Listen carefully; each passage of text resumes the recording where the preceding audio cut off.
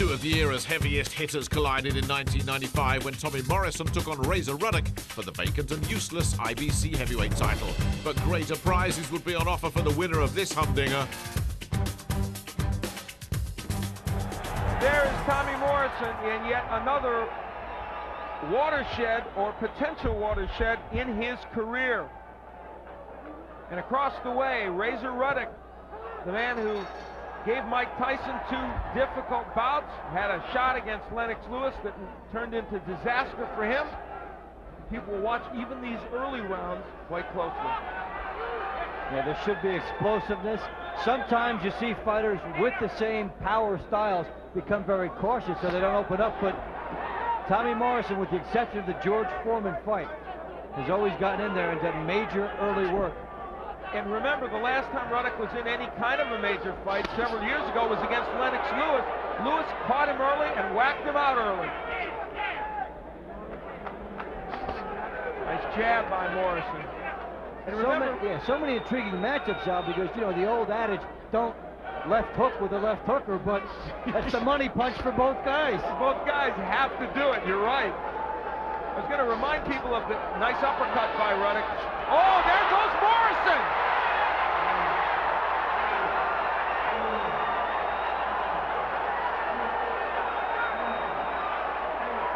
He leaned in and got whacked with an uppercut. Will Morrison box? Is there room to box? No, he's going to go after Ruddock. He's moving now, but they wanted the 16-foot ring, Morrison. Now it may not serve him well if he has to box. He sure could use a 20-footer right here. He has to get the jab going, and Ruddock will try to put him away here, loading up with everything. Hey, Morrison may have to pound his way out of this, ironically enough. Ruddock doing a very nice job of blocking that left hook. What Morrison may have learned is that on the inside, Ruddock is much more dangerous, and that uppercut, that was the punch that stunned Mike Tyson on a couple of occasions. Tremendous shot. You know, you look for the left hook, you worry about the left hook, and something else comes up. And we talked in the open about Ruddock not using his right hand enough. There he did. Ruddock has not thrown many punches since he knocked Morrison down. In fact, he's thrown very little. There's Morrison with the uppercut. Now, Morrison has gotten off the canvas to win before against Joe Hipp, against Carl the Truth Williams. He's done it. Ruddock faked the left hook and almost landed the right hand bomb, and Morrison answers with his uppercut. So Tommy Morrison down early here in round one, but now fighting his way back and landing his share of shots.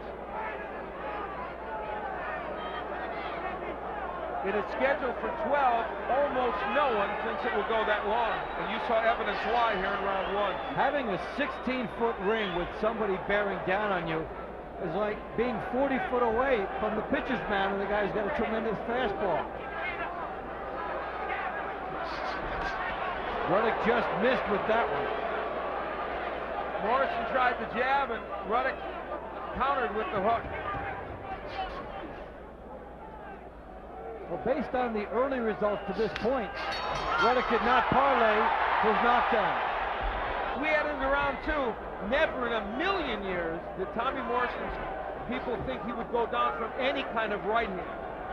No, and Ruddock hadn't shown that in other fights, and it wasn't in a situation that Morrison had left himself open. They were tying each other up, but Ruddock was extremely quick, to his credit.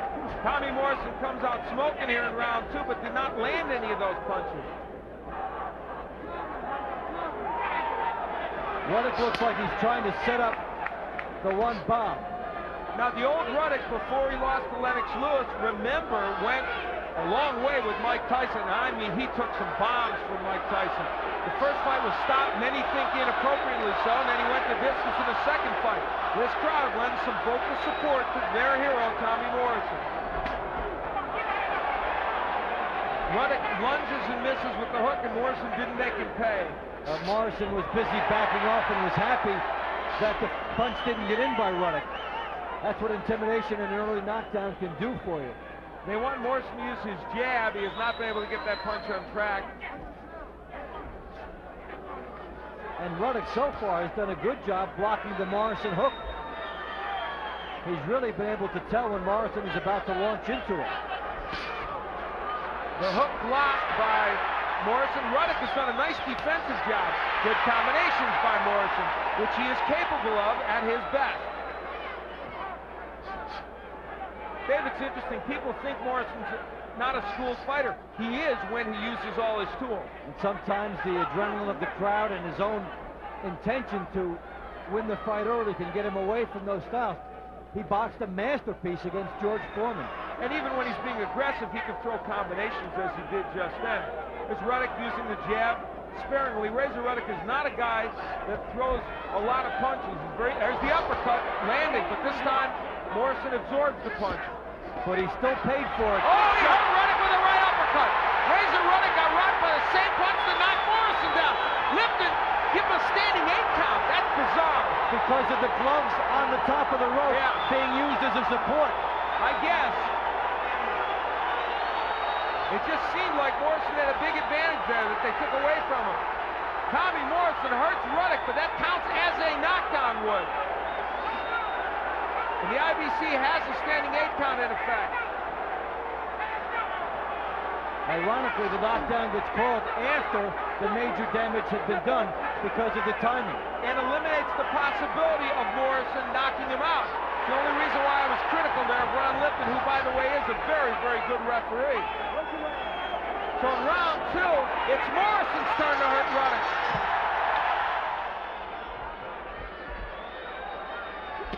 Oh, big hook by Ruddock, and he lands an uppercut. Now remember against Ray Mercer, Morrison threw those beautiful combinations, landed the same kind of shots. Mercer just wouldn't go down. And Mercer has that titanic chin. We're into round 3. Tommy Morrison and Razor Ruddock. Morrison was down in round 1. Ruddock was down in round 2. Who will go down in round 3?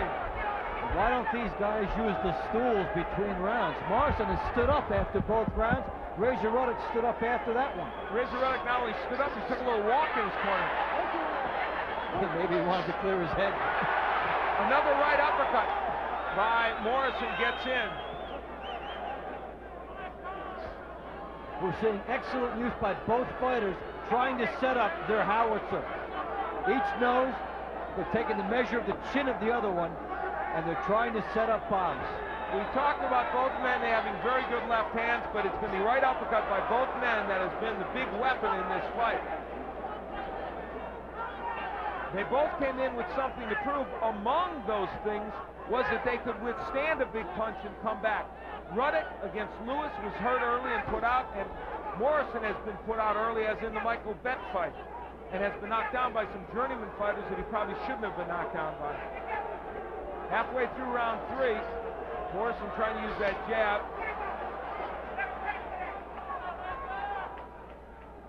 The whole essence of this fight, no matter what time of the bout it is that one mistake could end it immediately. And you feel like both men are aware of it, thus the economy of punches. Well, the heavyweight division is spicing up for a variety of reasons, and here we have two good heavyweights in there against each other, providing fireworks. And somewhere, probably watching, Riddick Bowe and Jorge Gonzalez, who will get it on in a week or so in Las Vegas. They have the crown that Bowe has the crown that Tommy Morrison once held, the WBO variety. Morrison using his jab more in this round. A safe shot. He can set up a punch behind there if he wants to, and if he doesn't, he can be satisfied with getting his punch home. Is Ruddock looking again for the right uppercut? Morrison went right to him, tried to tie him up, and didn't quite complete the job. Now, normally this would be too early to say it. Even though we're only in the 3rd round, I now say, folks, who's going to get tired? Because both men are showing some signs of it here. Good left hook at the end of that round by Razor Ruddock. His best left hook in the last round or so. We head into round 4. The advice given to Morrison was combinations, and in fact that has been what's worked for him in this fight. They even gave him the numbers, 7-2-5. And they also said establish yourself down low, which is a good idea, to try to get underneath Razor Ruddock and then go to the body as he does there. When he starts to the body and then comes up to the head with those combinations, Ruddock has a big problem with Morrison. The key for Tommy Morrison is when he camps inside of Razor Ruddock, he immediately must throw punches. Yes. In the first round, he stopped for a second, and Ruddock had that lightning knockdown with the uppercut. And if he's not going to throw on the inside, he needs to get out right away. Now for Razor Ruddock, he has had virtually no effective punches on the outside, but there is the jab of Ruddock, which has been dormant.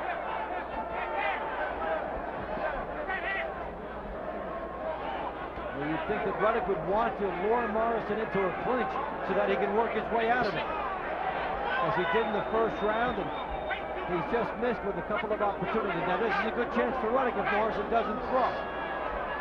Neither man willing to throw too much there, and again, there we get back to that stamina question. We did a Tommy Morrison fight against Terry Anderson recently, which Morrison looked dead after the fourth round. He won it with a body shot, but boy, he took some punishment. Now, a moment ago, Ruddock had Tommy Morrison right in front of him and did not fire the uppercut. Now he gets it in. Morrison not punching on the inside, Ruddock is. Now Morrison's punches look like he's tired. Right now, Morrison's not throwing with the same effectiveness.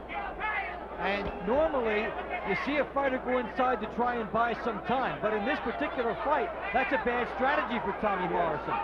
And I'll tell you, if he gets tired against Ruddock, as he did against Anderson, he'll get knocked out, period. Yes. End of sentence, end of paragraph. And he looks tired right now, Dave. Ruddock looks like he's leaning on Morrison a little bit to try and tire him out more. Yeah, it looks like Tommy Morrison has hit the wall first.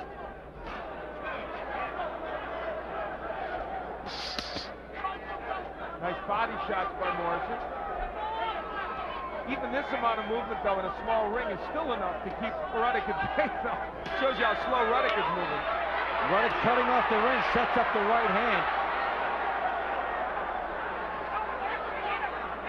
Morrison has the movement in his arsenal. Ruddock really doesn't. Morrison should use it. Good uppercut, but Morrison comes back. No, he's got Ruddock hurt. He hurt him with the left hook. Razor Ruddock is hurt now. Good body combinations by Morrison. But Ruddock is talking to him.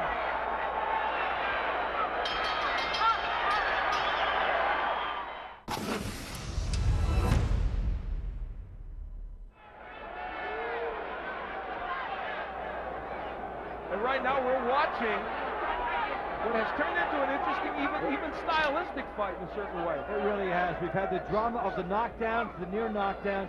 Morrison needing to move more. Ruddock trying to be opportunistic. And this fight is exactly what it was supposed to be. Two guys needing an opportunity with strong offensive skills, not the best chins, and heart and the best execution will win this fight. Good left hook. I think Morrison was hurt by the left hook a moment ago. I believe that left hook got to him. And now he's moving in boxing as he did against George Foreman. But oh my, took a big left hook. Well, they say that was low. I don't know. A point being deducted. Is there a point being taken away? Man, I think it's just a break where they're going to give Tommy Morrison some time if he needs it. Right, there was no point deducted. They simply said we're going to give Morrison a moment or two. And fighters should use all the time. Nobody does because they figure everybody's waiting on them. But shake off the effects. Buy some time. And Tommy Morrison knows the longer he takes, the more people will get mad at Razor Ruddock for doing that. He should milk this. And that he is.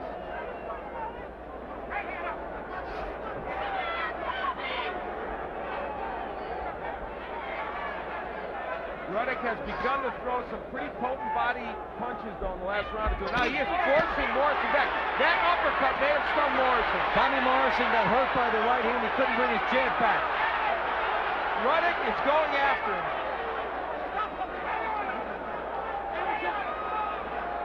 We talked about the stamina of both men. Morrison has had trouble as he's gone into later rounds. Hey, we've seen it recently with Holyfield, Mercer, and now here, where you can have fun in a heavyweight fight. You can indeed, and this one has proved to be quite interesting. And it ain't over yet. Good right hand. Ruddock throwing more right hands than we are accustomed to seeing him throw. And the combination punching of Morrison is not there as it was earlier. Ruddock really taking advantage of the left hook scouting report that was his.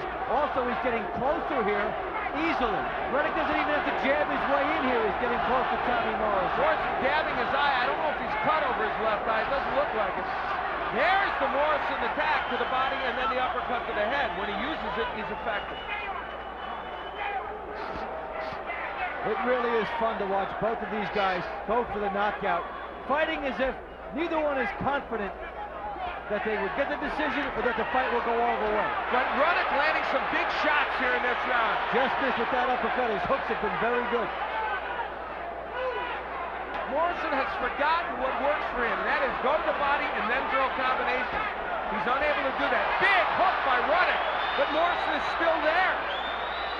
And the point is, he shouldn't be. He should be on his bicycle right now. Big round for Razor Ruddock. Morrison with a hook at the bell, and Ruddock with a hook at the bell.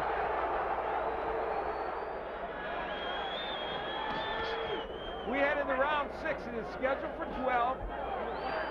Tommy Morrison down in the first round. Razor Ruddock a standing 8 count in the second. And since then, it has been an interesting exchange of power punches with Ruddock dominating the 5th round, and we think maybe going after a tiring Tommy Morrison. Good. Ruddock goes to the body here. Good hook.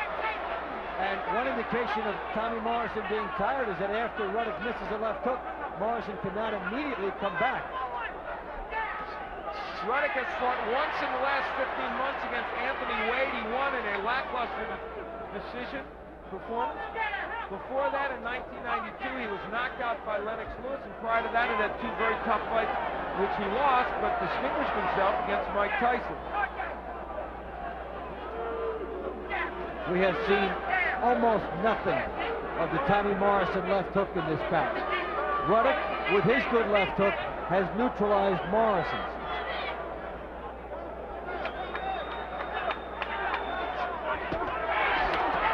There's a hook by Ruddock, and it may have hurt Morrison. Big left hook! Down goes Razor Ruddock!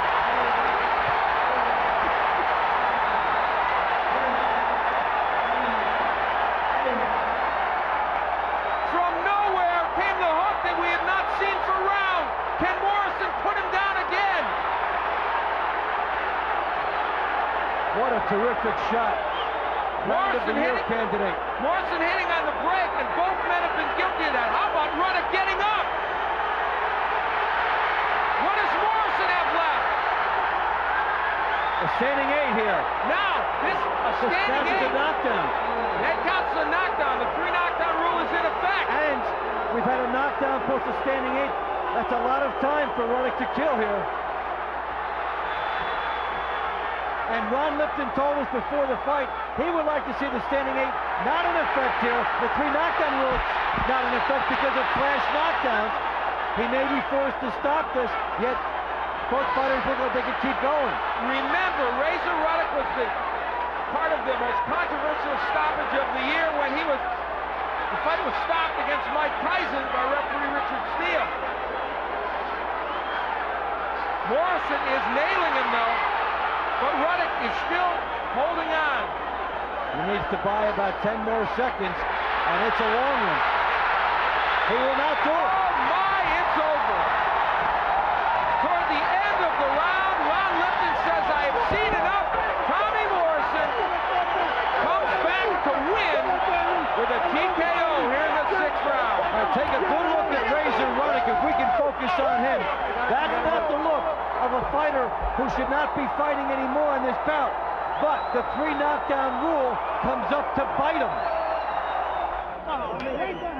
Well, it was a dramatic fight to be sure.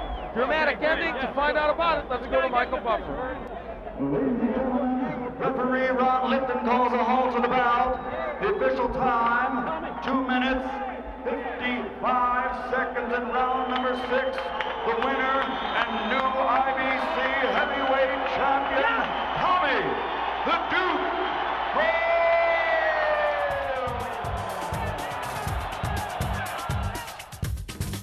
That was 1995, and Tommy Morrison unleashed his fearsome left hook to snatch a dramatic victory from the jaws of defeat. The Duke came up short against Lennox Lewis next time out, whilst Ruddock teetered into mediocrity.